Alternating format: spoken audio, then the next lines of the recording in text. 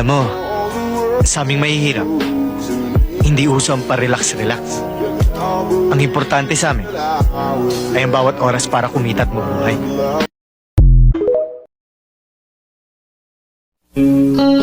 Sa bawat landas na tatahakin mo, ay walang kasiguraduhan kung maganda o pangit ang kahihinatnan. Pero ito lang masasabi ko sa iyo. Maganda man o pangit, ikaw at ikaw pa rin.